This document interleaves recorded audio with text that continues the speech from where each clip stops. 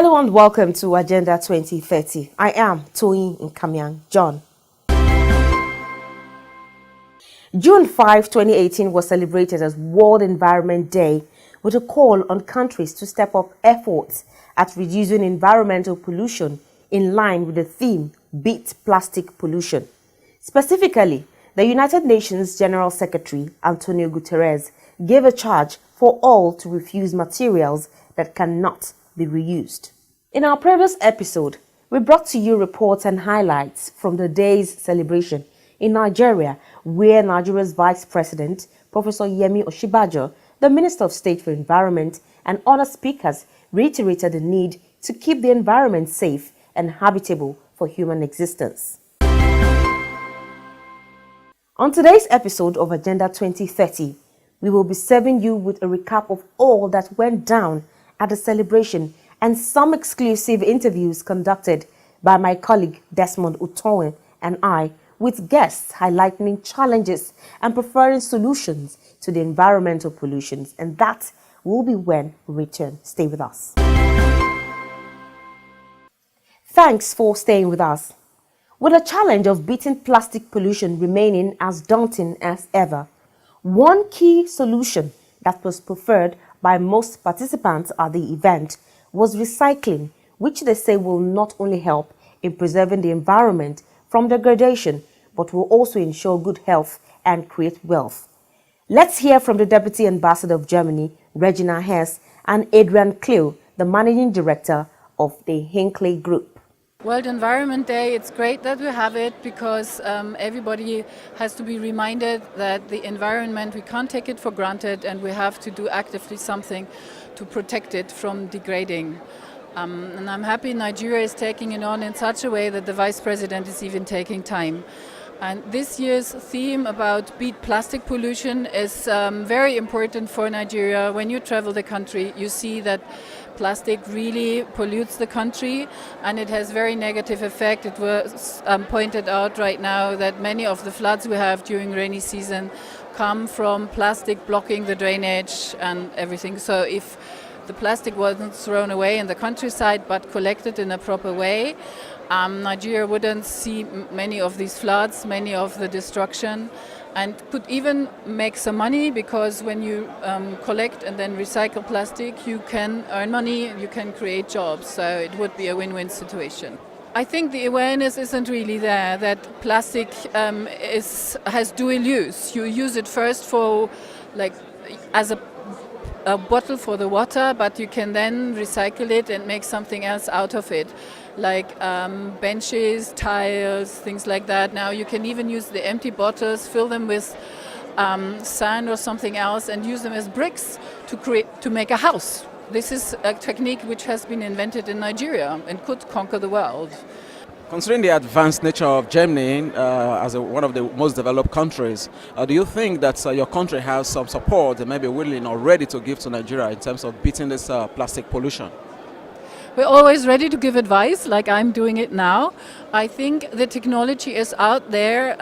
Little companies are coming into the country, they're sprouting, and it's Nigerians themselves who have lived abroad and who are aware. They're trying to spread the message. You don't necessarily need us. Nigerians know.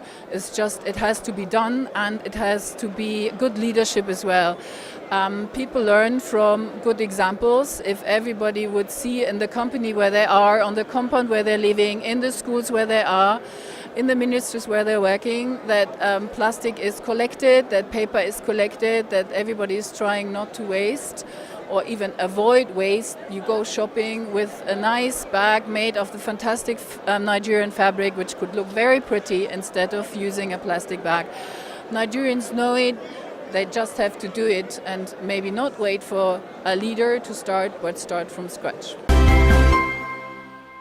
Nigeria has a very large problem when it comes to waste. We have 170 million population and we generate a lot of waste. But there's a significant lack of recycling facilities in the country that can actually process the waste in a responsible manner. The issue that we have right now is we have a very large informal recycling sector who tend to process waste in a unfriendly manner, environmentally unfriendly manner. What we mean by that is some of the hazardous materials within this waste are not being properly treated. So let's take electronics, for example. Hinkley Recycling specializes in recycling electronics. Electronics, like our mobile phone, contain dangerous material such as mercury. In our phone screen, we actually have mercury there. NCC put out figures that there's 165 million mobile phone subscribers in Nigeria today. That's an awful lot of mobile phones, that's an awful lot of heavy metals, a lot of plastic as well. Those phone plastics are actually treated with flame retardants. And it's because of that when you burn them, they release a lot of toxic gas. So we have a big problem. Companies like mine are trying to work with the informal sector to try and formalize it so that some of these dangerous materials are managed properly whilst incentivizing the informal sector to collect the waste. For this very program today, talking about the World Environment Day, we have a team that has to do with plastic disposal. Do you also do something in this aspect? A lot more needs to be done on plastic. I mean, this is not a Nigerian problem, this is actually a global problem. I've seen on the news today they're doing the World Yacht Race, and as they're going around the world, they're collecting water samples. And even in some of the most remote locations on the planet, in the middle of our oceans, they're finding microplastics. So it's a big issue. But when it comes to Nigeria, there have been some steps that have been taken. There needs to still be more. But one of the positive steps that I've seen has come from the beverage sector. They have worked with the Nigerian government to implement what they call extended producer responsibility, EPR systems. This is a financial model that incentivizes collectors to collect these plastics and bring them to a formal recycling organization so they can be dealt with properly. That EPR principle is one that's been adopted from other countries, and it works. There's no need to reinvent the wheel. It works, and we can adopt it here with plastics across the spectrum of different types of plastics, including e-waste plastics. So recyclers like mine, responsible recyclers, need to be able to buy some of these waste fractions from the informal sector, from collectors. The only way that we can do that effectively and sustainably is by having an EPR system. What the EPR system dictates is that the producer of the material has to pay a certain amount, a subsidy, for the end of life of that material or that fraction. So let's take a more easier example. If we take electronics, the manufacturers of these products, the Samsungs, the HPs, the Dells, they need to take some responsibility for the fact that these products are being sold in Nigeria. And the only way to do that, by taking that responsibility, is by providing a financial incentive, a subsidy, through a producer responsibility organization that can release funds to recyclers who then can in turn buy these fractions from the informal sector. That's the ultimate solution. But really, we all have to change the way that we operate, the way we live. Us as individuals need to change our behavior. We are over-consuming plastics. We're using single-use plastics, straws, plastic bags from the supermarket. These are the issues that we need to really get to grips with. So, do you think we should also enact some regulatory laws to also enforce this? It can be done. I've seen it done in other countries, where my own country, UK, if you want a plastic bag at the point of retail, you will pay for that bag. So if you're in a supermarket and you need 10 plastic bags, you'll pay maybe 100 naira, 200 naira per bag. You'll see that will have a significant impact on people's mindset. They will no longer want to be using these plastic bags from the supermarket, but probably more likely will bring their own to avoid incurring that cost. So yes, regulation needs to be there, enforcement needs to be there. It's a collaborative effort. It's an international effort from United Nations. It's a federal government effort. It's local states. It's us as individuals. We all need to work together to tackle the problem. While plastic pollution remains a huge threat to the ecosystem and attracted global attention this year, Nigeria is also beleaguered by other forms of environmental challenges, which experts say also requires urgent attention. More worrisome among this is the oil spill in the Niger Delta. But is the government giving attention to this? In the next set of interviews, we spoke to the Director General of the National Oil Spill Detection and Response Agency, NOSDRA, Sir Peter Idabo, and his counterpart at the Hydrocarbon Pollution Prevention Remediation Project, HYPREP, Dr. Marvin Dekil. The National Oil Spill Detection and Response Agency was established by an act of the National Assembly in 2006. The main framework for establishment of the framework for control of oil spills in the country, I will call it NOSIP, and that's drafting of the National Oil Spill Contingency Plan, especially when there is a tier 3 oil spill in the country, which is beyond the management of the oil companies as it is today. But apart from that, we also monitor tier 1 and tier 2 oil spills. The tier 1 is the smallest oil spill based on certain volume of oil that has been put into the environment. Normally, the oil company is supposed to have the capacity to do that. But our job is to make sure that we are there and observe, and principally to settle conflicts between the operating oil companies and the communities. That's where we have the main problems. Most of the spills that happen these days as a result of sabotage, third-party activities, and it's really a worrisome thing.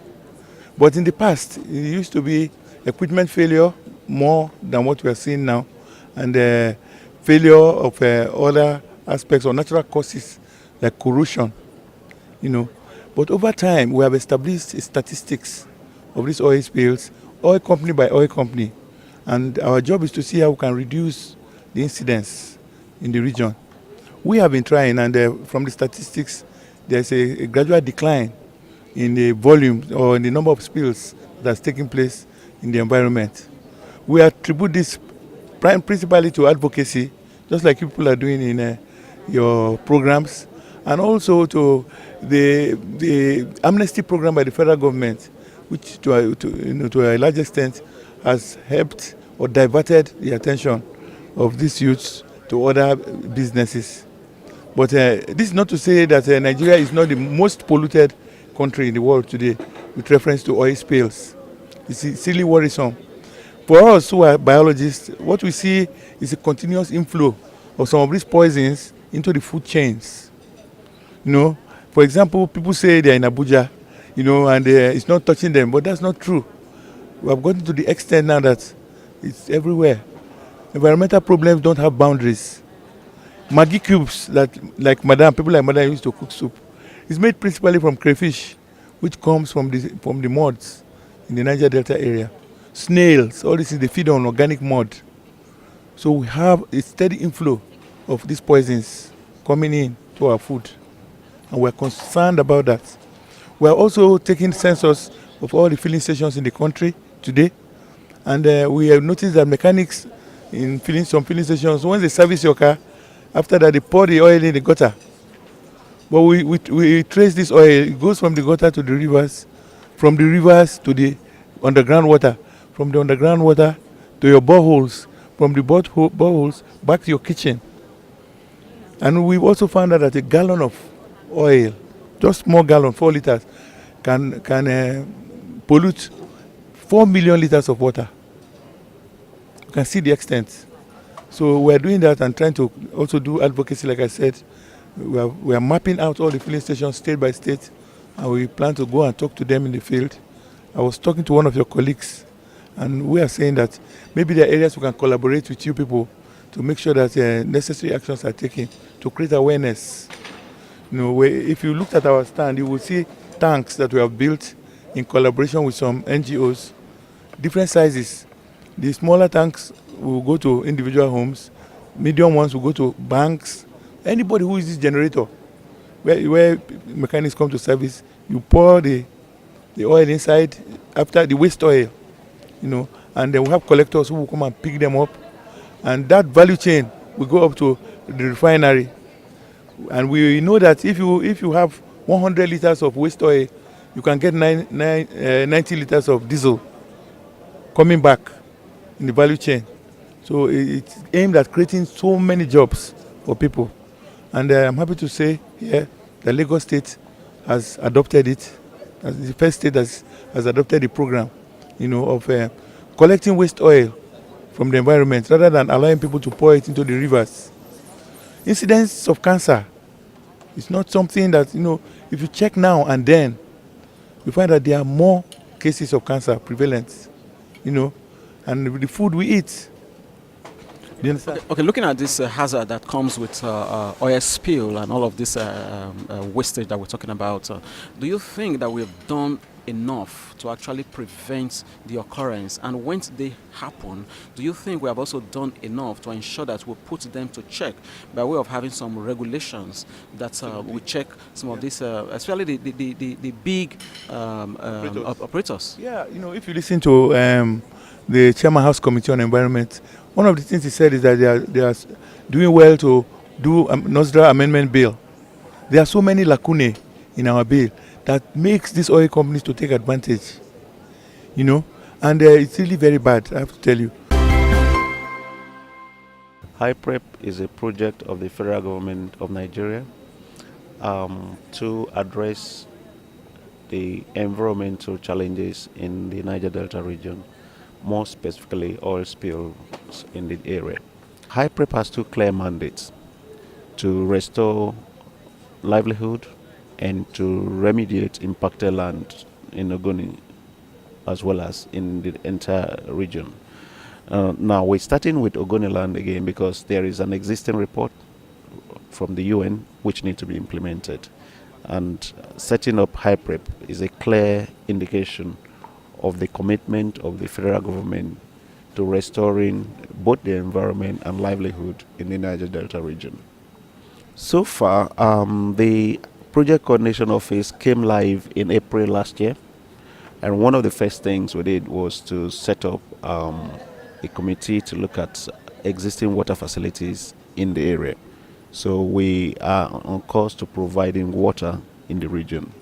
We've also gone ahead to do sensitization, giving ownership of the project to the community so that the community can understand that this program is theirs and is for their interest. So for every action, for every project, for every activity we carry out in the community, we first of all go to them and let them understand the reason and the benefit of those projects to them. Such projects recently include a health outreach where we went into the community and provided medical care to about 20,000 patients. We carried out surgeries on about 400 patients, and these people are people who live in the community and live with conditions for like 10 years. We used the program to gather some initial data for the health impact study. So we do have a database of the patients as well as their medical histories, which are going to be used as part of the health outreach. In addition, before this time, we have done a technology demonstration project. What that was we allowed for companies with innovative technology in remediation who were willing to carry out these tests at no cost to government, and we allocated to them portions of impacted areas, and they actually did the remediation work. That phase, we did about 16 sites across the 4 local governments that make up Ogoniland. The 4 local governments are Gokana, Kana, Tai, and Eleme. So we had opened the sites in these places. In course of our demonstration work, we had the opportunity to for the House Committee on Environment to visit us, the Senate Committee on Environment visited us, the UN Resident Coordinator visited us, and we actually took all of these teams to the field where we're carrying out our remediation work. Another thing we did was we thought of the manpower for the implementation of the project. And just like I said, giving ownership of the project to the community, we sourced young scientists with master's degree in environmental management and sciences from within the Ogoni community, the initial first phase. We trained them on simple sampling and remediation techniques. And these are the people that we used during this demonstration work for supervision. We did a second phase of that recently, of more training of the scientists again, in collaboration with the Niger Delta Development Commission, where we trained another 35 of such youths also in remediation and simple sampling remediation techniques. These are again scientists, young scientists with master's degree and above, and they constitute the manpower which we're going to be using going forward. But it's also important to note that during this period, we've commenced a procurement process that will lead to the selection of international and national companies that will do the actual remediation work. Just quickly, talking about the remediation, some people want to see that it has taken so long, considering the fact that this started, I think, around 2011 when the reports came up. Haven't we spent too much time preparing for the cleanup as against just going ahead to clean up the environment itself? It's a very good question. The report was handed to government in 2011. Okay, attempts were made to do this remediation work. However, these were not actually very successful. So the present government of President Buhari, actually the president as a candidate, came to Ogoniland during his campaign and promised that if elected, he was going to implement the report. That came as a result of obvious reason that there was no implementation before this government came in. So the president came in and started a new process that meant that even the documentation, the project needed to be relocated from the Ministry of Petroleum Resources to the Ministry of Environment. The Gazette was reviewed, and a new governing structure was put in place. All of these were done for us to get efficiency and transparency in the process of administration of the project. So what happened was that we now have a governing council, we now have a board of trustees, and we now have the project coordination office that do the day-to-day activity. Now, the project coordination office responsible for doing this work only came live in April last year, like I said. And between April last year, we have done the mapping of water facilities, we've done the outreach programs, we have done demonstration projects, and as I speak, we have a team of scientists in the field doing delineation. Delineation is an exercise that allows you to define the contamination boundaries at each of the sites. And that information is critical for you to design a remediation plan. And we are doing this on over 64 sites that will be used subsequent phases of the project. Well, currently, we're going to be taking out 23 sites for work. With all hands required on the deck in protecting the environment, maintaining standards and enforcing regulations becomes vital. But how well has Nigeria done in this regard? Dr. Lawrence Chidi Anukam is the Director General of the National Environmental Standards and Regulations Enforcement Agency, NESRIA. He spoke with our team on the Nigerian efforts. The theme of this year's World Environment Day is Beat Plastic Pollution. And one strong aspect of that is to do with recycling. There's a big program we're doing. You had in the presentation of the minister today, and also the presentation of the expert, the concept of Extended Producer Responsibility Program. It is a program put in place by the agency where every industry, every manufacturer will now have the responsibility to make sure beyond producing a product, they must be part of the value chain. Make that they follow up the entire life cycle of that product. So beyond production, you're also going to be part of the recycling. By so doing, the whole program is supporting the concept of a circular economy. In circular economy, it's like a loop. What becomes my waste becomes your raw material. So the old paradigm of cradle to grave is no more. It's now cradle to cradle. It becomes a cradle for me to produce a product. At the end of that, it's no more a waste, it's no more grave. So it becomes a cradle for another production. So in a process, we have this loop, and it creates wealth too. So we are doing that. It's come a long way. We are doing it in various waste streams. The electronic waste stream, what they call the e-waste. We are doing it for battery. waste stream. We're doing it for PET bottles, the plastics. Really, the plastic sector, the beverage sector is being championed by big companies in Nigeria, and they've registered their what is called the PRO, Producer Responsibility Organization. This is the organization that, through all the manufacturers in this area, they work together to make sure that effective implementation of the program. It's also been registered for the electronic sector. So the whole idea of the e-waste now is being like those we generate in Nigeria, how best we're going to recycle.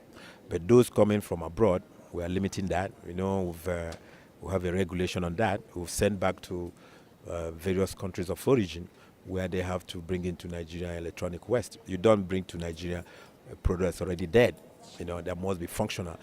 The whole idea is also to discourage the use of Nigeria and Africa as a dumping ground for these dead electronic products. Remember, you can always watch this program and other episodes by subscribing to our YouTube channels on youtube.com/Fresh News TV and youtube.com/Agenda 2030 TV. You can also watch the program live on Facebook. Log on to www.facebook.com/Fresh News NG and www.facebook.com/Agenda 2030 TV.